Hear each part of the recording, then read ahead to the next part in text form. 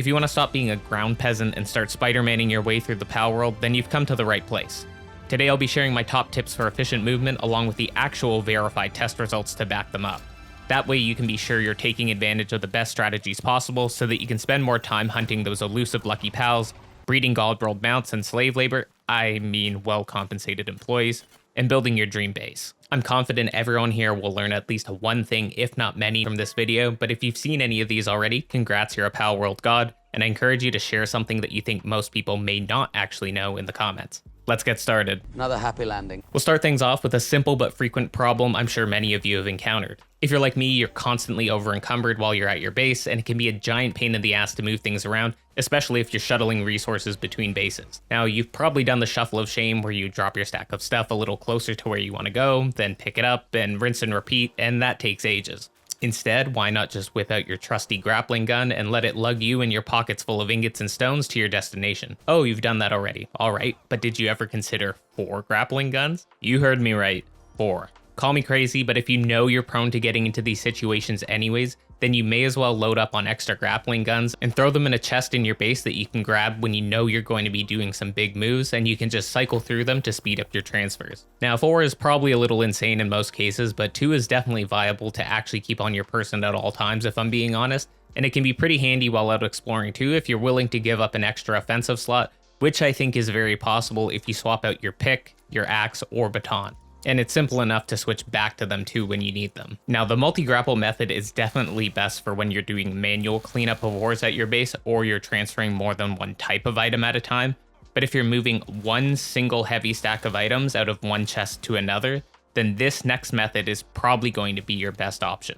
Simply grab the item you want to move out of its storage container and hold it, but do not place it in your inventory. The item will be treated as still being in the original container, but you can freely move around wherever you want without being over encumbered. When you've made it to where you want to go, you can either click to place it in your inventory or into a new storage unit entirely. The exception to this being that you can't fast travel without it first being put into your inventory. I'm sure the devs didn't intend for this to be possible, so if anything was going to get patched on today's list, I would say it's probably going to be this, so use it while you can. Next up is for those of you still trying to figure out what flying and ground mounts to run prior to obtaining the endgame legendaries like Jetragon and Necromus, which are the fastest of those respective categories. Now, your first instinct might be to go to the Paldex site to see what the fastest mount you can ride is, and you'll think you've got it all figured out. Well, not quite. This is in fact a complete trap that is easy to fall into because normally bigger number equals better, but not in this case. What this doesn't account for is each individual mount's stamina. From my test, it turns out that Phalaris and the Suzakus are actually the best overall performers, with the Phalaris getting slightly less total distance for a full stamina bar, but traveling much faster. So it is actually pretty accurate to what the site says, while the Suzakus can actually get you way further than any flying mount on a single bar. In terms of mount unlock progression, I'd suggest that you get your Nightwing first, which is the obvious choice for anyone in the early game, then skip the Hell Zephyr as it actually has pretty janky controls for some reason and it's not pleasant to fly, at least from my personal experience, and then go straight to the Beacon once you hit level 34. A lot of people then recommend going to the Ragnarok as it's not too hard to grab or breed, but it also has some semi-janky controls I've noticed. The reason it's touted as being a great mount though is because it has a character model small enough to let you fully fly through any dungeon, including fire region dungeons, without burning yourself, while also counting towards your warm equipment, making ice regions easier to explore if you don't have maxed out protection yet. These are definitely 2 good use cases for using the Ragnarok, but they also fall victim to having very low stamina bars. Once you've hit level 38 or 40, there's really no good reason not to breed or capture a Phalaris or Suzaku, as they're significantly better overall, though you could keep a Ragnarok on your roster if you're planning to dungeon crawl. For endgame flying mounts, don't bother riding an Astagon, that guy is one slow mofo, and the Shadowbeak is fine, but you also need to be level 47, so you're going to be pretty close to getting a Jetragon at 50 anyways. As for ground mounts, they're all pretty similar past the Ecthradir at level 25. Each one just gets progressively faster, with some like the Fenglope getting an extra jump thrown into the mix. I don't think they're worth discussing too much more since ground mounts are unlikely to be high priority over a flying equivalent tier, so you can definitely just mess around with these ones and see whether you want to go fast or jump more. Personally, I think the extra jumps are usually better overall, so Fanglope was my choice earlier on. Once you've truly hit the endgame though, you'll pretty much always want to run a Jetragon, Necromus, Frostallion, or Palladius. There's no reason not to if you have the means of capturing them. One final thing for these mounts that I didn't touch on too much is that some can boost your damage while firing while mounted, while also changing the damage type that you deal. Because we're focusing more on mobility as it pertains to mounts, I'll dive into this deeper in another video, but it is something to keep in mind for the general usability and ranking of mounts. I feel pretty 50-50 about fighting while mounted, as it often can get your pal nuked against tougher enemies, and they won't naturally attack while you're mounted either, so you're losing their DPS there too. But it does let your character zip around while fighting, so it really depends on the situation whether you should use it or not. What you're looking at is Palworld's #1 hottest person of 2024, Walter Maylon. I mean, look at him, he's got it all. Step aside waifu characters, the people have spoken, and Walter is what they want.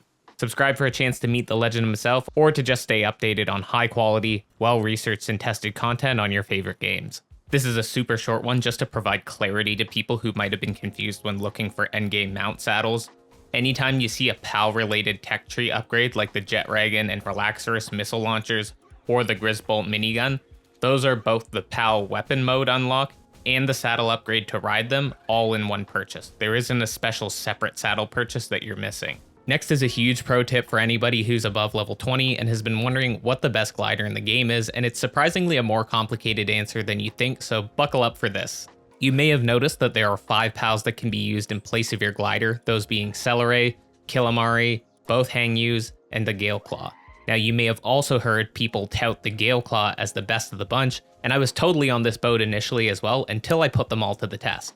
For general use, I would say don't even bother investing points into the Celeray, as it's quite underwhelming and the standard gliders will perform about the same without using up a roster slot. The Killamari is a happy middle ground glider PAL that lacks any special features other than being able to very casually coast, though not indefinitely on a flat surface without reactivating multiple times. The Hangyus, on the other hand, are kind of nuts when you use them correctly, while the Galeclaw is an all-around strong performer. So depending on your playstyle, it's going to be a tough choice on which one to run. The Galeclaws are awesome because they allow you to move extremely quickly when activated, even when starting from a standstill, with top speeds from just the glider-powered inputs being easily double of most gliders. The big trade-off is that the time you can spend in the air is much lower than other gliders, and you'll see why this is critically important in a minute. To get the most out of the Galeclaw, you either need a higher starting point for gliding, or you can continuously jump and activate it, which is a completely viable alternative. In fact, you should pretty much never simply sprint again once you have a Galeclaw glider, because you move 2 times faster than sprinting, with your stamina draining at almost an identical rate by jump glide spamming.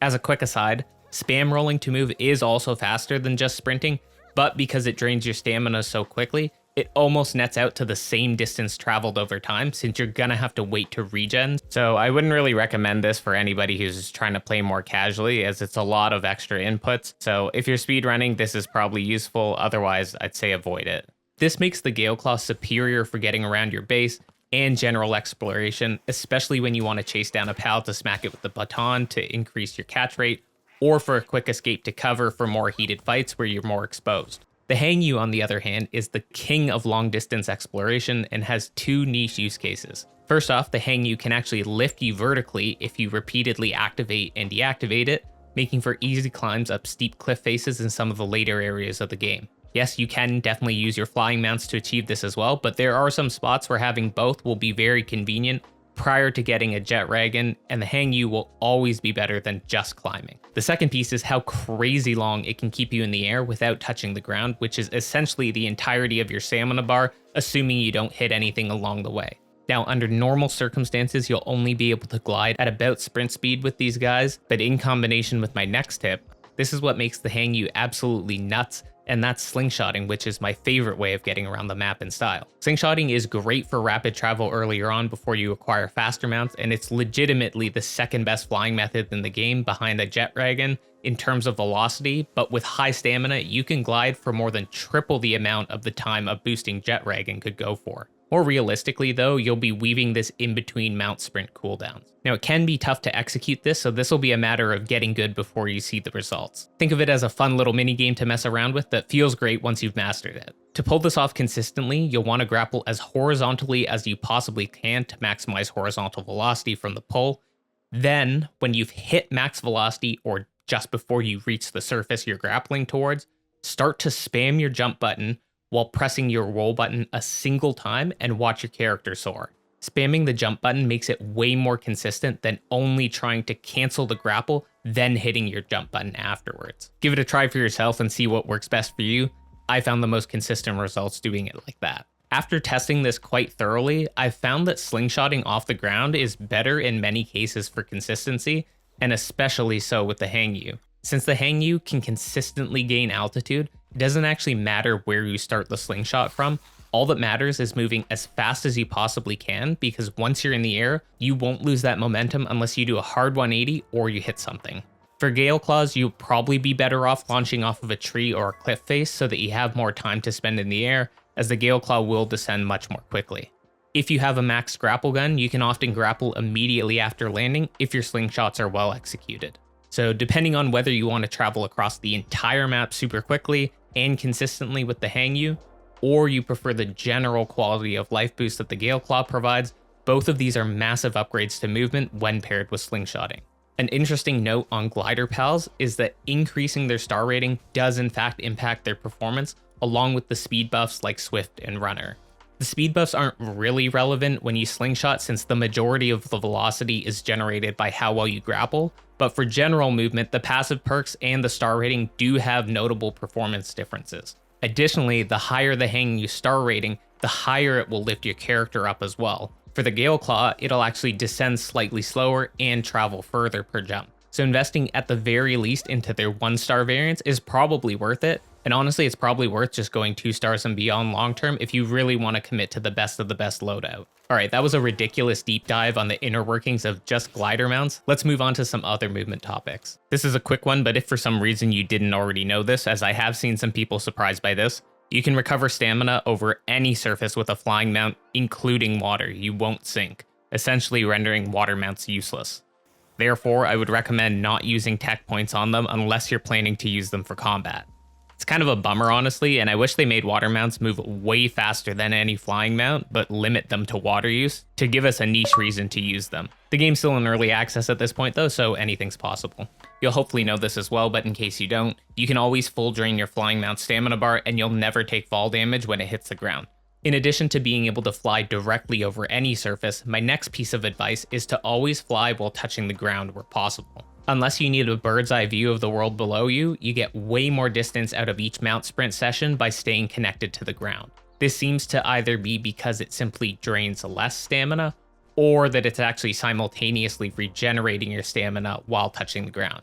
Either way, it extends your sprints, so you should avoid hovering where possible. To add to this, your mounts will drain their stamina in 2/3 or even 1/3 of the time when there's directional input on both the X and Y axis. The Y-axis always drains at a fixed rate and can't be boosted like the X, and it's actually quite efficient to use. Naturally, you would think that you would want to do as much diagonal traveling as possible if you're climbing up hills, but this can actually leave you out of stamina way too quick, forcing you to sit around to recharge your stamina before you start climbing up again. Even worse, if you run out of stamina before you can catch yourself on part of the cliff you're climbing, you'll be looking like a fool while your feet hit the ground.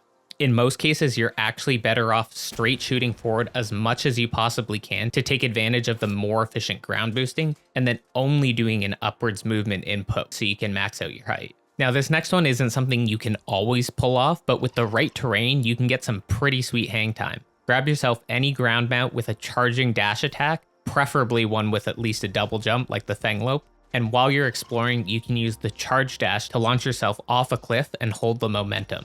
If you have a double jump, you can extend this if you time things so that the dash ends almost immediately after flying off the cliff, but before you hit the ground, so you can get that jump off. Obviously, this one won't happen nearly as often as some of the other cases, but if you're experimenting with ground mounts, it's a handy little trick to speed up exploring. And that is all I've got for you today, folks. We covered a lot, but I've got a lot more planned. A breeding guide is high up on my list, along with a few other topics coming soon. If you enjoyed the video, click all those silly buttons or comment something stupid like what the fwack, because it made the YouTube machine very happy last video, it seems. Also, Walter seems to have gotten some trouble with the PIDF and things are getting a little out of hand. Anyways, I'll see you in the next one. Peace.